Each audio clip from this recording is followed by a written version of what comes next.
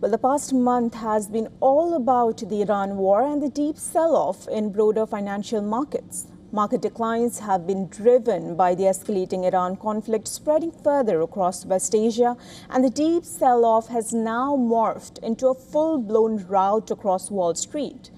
Efforts to end the war and restart the flow of West Asian oil produced only further escalation. That in turn fueled an even greater sense of dread in markets. President Donald Trump's 10-day recent pause on energy strikes has not reassured investors.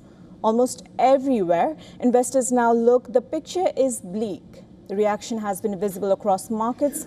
Crude oil is flirting around $110 per barrel, and it has surged over 45% since the war began a month ago. That has made matters worse for investors.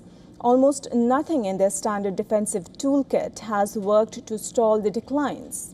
At least 3 of the 4 asset classes at the core of a diversified portfolio have fallen in unison for 4 straight weeks. That matches the longest such stretch since May 2022. Right now, gold fell over 14% despite being a safe haven asset. Now, with major assets covered, let's shift focus to the Asia-Pacific stock markets. It was a sea of red as most countries in the region have been the hardest hit from the historic energy crisis due to the near closure of Hormuz. Chinese stocks fell 6%. Aussie index slumped more than 7%, while Japanese and Indian benchmarks plunged over 9%. Stocks are grinding through their worst month in more than 3 years. In the Americas, Wall Street stocks plunged over 7%. The Nasdaq 100 fell nearly 2% on Friday alone and sank into correction territory. The S&P 500 slipped for a 5th week, capping its longest losing streak since 2022.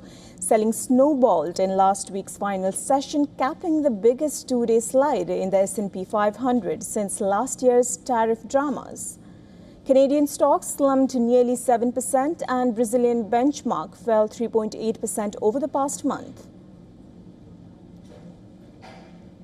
Now, looking across the Atlantic, the sell-off was more deep. Almost all benchmarks across the region showed double-digit declines since the start of the Iran war. German, French and South African stocks have plunged well over 10% during the past month. UK's FTSE lost 8.6%. Europe once led the world in productivity, but now trails the US by about 20%. The problem is scale. Too many companies remain small. Investors are now bracing for more losses in the week ahead. The broad sell-off signals a clear shift towards risk-off sentiment again.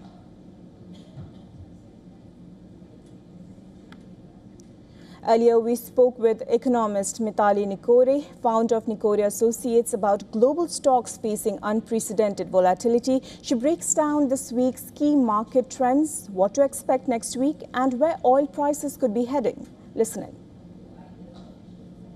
So, in this environment, which is unprecedented for global investors, it is natural that the markets would start to shrink. The markets would start to be very, very cautious, and we would start to see investor wealth pulling out of global markets. I'm not even saying emerging economies or developed economies, but just, out of investment circles fully. Somewhere between $120 to $125 a barrel, and some of the emerging economies are experiencing, their oil baskets go up to even $130 to $135 a barrel. So we are inching towards the $150 mark. But I do think that other countries, especially in Africa and Latin America, have stepped up with their supplies. Countries like Argentina really, making the most of the global oil price surge, and becoming one of the biggest suppliers to countries like India. So I do think, which is the third largest consumer of oil in the global markets. So I do think that, we may settle somewhere in the range of 130 to 135 by the end of April, if there is no de-escalation. And if there is de-escalation, then of course we should be seeing a decline.